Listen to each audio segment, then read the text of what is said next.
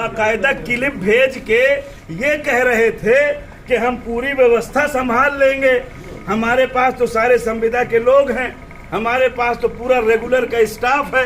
वो जो किनारे खड़े हुए थे वो चाहते थे कि इस आंदोलन को किस तरीके से तोड़ दिया जाए, बाकायदा प्रबंधन की गोद में खेल रहे थे।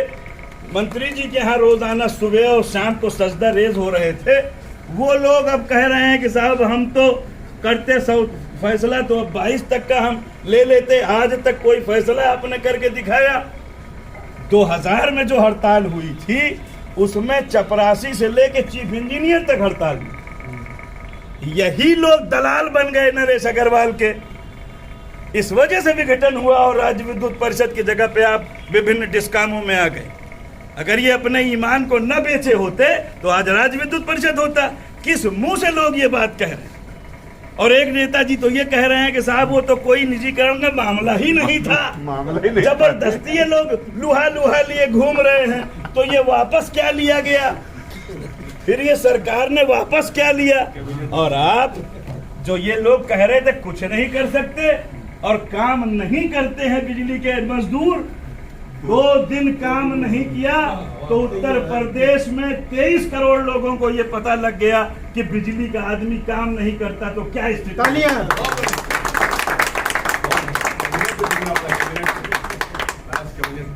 माननीय मुख्यमंत्री जी को इंटरफेयर करना पड़ा और सब कैबिनेट बना के हम लोगों को बुलाया गया। तिलक हाल में 3 बजे से 7 बजे तक मीटिंग चली, जिसमें कैबिनेट मिनिस्टर माननीय क्या नाम है सुरेश खन्ना जी थे, वित्त मंत्री, और हमारे कैबिनेट मिनिस्टर जनाब पंडित श्रीकांत शर्मा जी थे।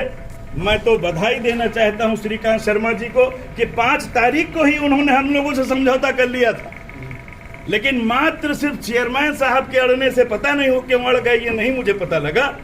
ये बिला वजह 24 घंटे तकलीफ झेलनी पड़ी हमारे उत्तर प्रदेश के लोगों को, जिसका हमें खेद है। और आप देख लीजिए कि अगर हम काम नहीं करते हैं तो स्थिति एकदम आया हो गई। लेखपालों को लगाया गया कानून को, तहसीलदार और एसडीएम लगे, लेकिन सब स्टेशन के अंदर जाने की हिम्मत नहीं पड़ी किसी। 2-3 लेखपाल महिला थी, वो जब वहां पहुंची तो उन्होंने सेल्फी लेना शुरू किया कि ये वो मशीन है जिससे बिजली आती है। तो वो सेल्फी जो हमारे पुलिस के बेचारे लोग लगाए गए थे उनको कुछ समझ में नहीं आया, तो उन्होंने देखा बेंच पड़ी है उसी पे अपना सोने लगे। उन्होंने कहा ये हमरे बस का नहीं है, इसके अंदर जो जाएगा वो भगवान है मालिक। तो बिजली के मजदूरों ने ये करके दिखाया है। सिर्फ आप सारे लोगों से अपील ये है कि अब हमारे सामने एक टारगेट है, एक चुनौती है।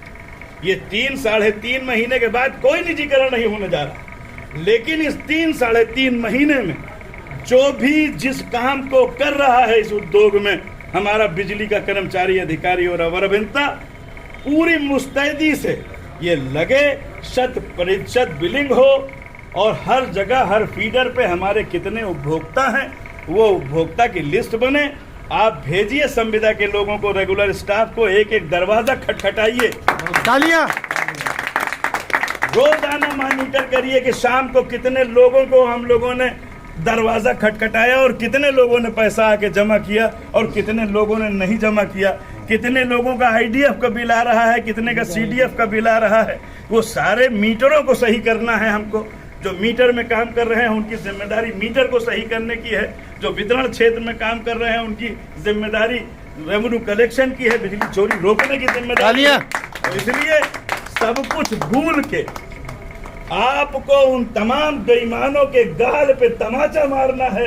इन 3-3.5 महीनों में इतनी मेहनत करके दिखा दीजिए कि लोगों को लगे कि वाकई में अगर ये निजीकरण कर रहे हैं तो ये जुल्म कर रहे हैं 23 करोड़ अवाम के साथ, किसान के साथ, मजदूर के साथ, कर्मचारी के साथ। इसलिए मैं आप सारे लोगों से अपील करता हूँ कि ये सेलिब्रेशन का टाइम नहीं है कि हम एक दूसरे को सेलिब्रेट करें, ये संकल्प लेने का समय है। हम सारे लोग संकल्प लें कि हर आदमी जो भी जिसको काम दिया गया है इस उद्योग में, श्रमिक से लेके और चीफ इंजीनियर तक, पूरी मुस्तैदी से अपनी ड्यूटी का निर्वहन करे।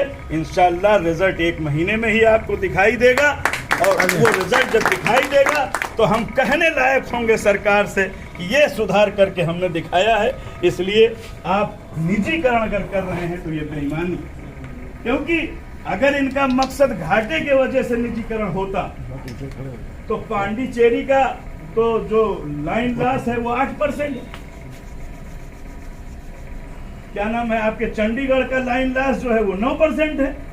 तो 8% लाइन लॉस और 9% लाइन लॉस इतने बड़े उद्योग के लिए एक बहुत आम सी बात, एक साधारण सी बात, छोटा नंबर 10%, क्योंकि जनरेशन से ट्रांसमिशन में और ट्रांसमिशन से जब डिस्ट्रीब्यूशन में जाती है बिजली तो इतना 10-15% का ह्रास होता है बिजली। और बिजली कोई ऐसी चीज नहीं है कि जिसको हम रख लेंगे और कल इस्तेमाल करें। जितनी बिजली ट्रांसमिशन लाइन में जनरेशन से आती है वो सारी बिजली हमको खपत में देनी, ये उद्योग बेहतरीन तरीके से चले, हमारे किसानों को सही समय पे बिल मिले और बिजली मिले, गरीब आवाम परेशान न हो। इस सब का ख्याल रखते हुए हम लोगों को संकल्प लेना है और इस संकल्प को अपने साथियों तक पहुंचाएं। इंकलाब जिंदाबाद, जिंदाबाद जिंदाबाद, इंकलाब जिंदाबाद, जिंदाबाद जिंदाबाद। आवाज दो, आवाज दो।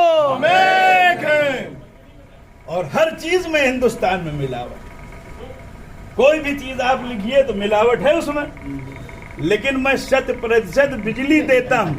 अगर हमारी बिजली में किसी को गड़बड़ी हो तो वो तार पे हाथ रख ले, उसको अंदाजा हो जाएगा कि असली है कि नकली है, मिलावट है कि प्योर है। तो आप लोग बिजली के मजदूर हैं और आपने एक इतिहास लिखने का काम किया, जहां पर 88,000 दूरसंचार के कर्मचारी वीआरएस लेकर बाहर चले गए और इनकलाब का नारा तक नहीं लगा पूरे हिंदुस्तान में, जहां पर 151 ट्रेनों का निजीकरण हो गया, 2 दर्जन से ज्यादा रेलवे प्लेटफार्म को निजी घरानों को दे दिया गया और कोई उफ तक नहीं किया। यही चौधरी चरण सिंह हवाई अड्डा चला गया, 250 करोड़ रुपए अभी चंद दिन पहले इस पे लगा के बाकायदा इसको इंटरनेशनल लेवल का बनाया गया इस हवाई अड्डे, और उसके बाद अडानी को लीज पर दे दिया गया। तो सरकार की मंशा मजदूरों के और किसानों के हक में नहीं लगती है, सरकार की मंशा खाली चंद पूंजीपतियों के हक में लगती है कि पूंजीपति कैसे, आज वो अंबानी अगर एशिया का मतलब जो है नंबर 1 का है और दुनिया का नंबर 5 का है, तो कैसे ये नंबर 1 पे आ जाए। अगर ये टारगेट है तो सैल्यूट करिए इन सारे लोगों को। सारे लोग सारी तरफ से एकदम चिंता मुक्त हो जाइए, निर्भय होकर काम कीजिए, और जहां आपकी बात न सुनी जाए और जहां आपको कहीं भी काम में दुश्वारी आवे, हम सारे लोगों के नंबर आपके पास हैं, आप हमें बताइए। संघर्ष समिति एक एक मुकाम पे आपके साथ शाना बशाना रहेगी, हर मुसीबत की घड़ी में आपके साथ खड़ी रहेगी। इन्हीं बातों के साथ मैं अपनी बात खत्म करता हूँ। इंकलाब जिंदाबाद, इंकलाब जिंदाबाद, जिंदाबाद जिंदाबाद। अभी तो ये अंगड़ाई है, आगे और लड़ाई है, अभी तो ये अंगड़ाई है, आगे और लड़ाई है। आवाज दो,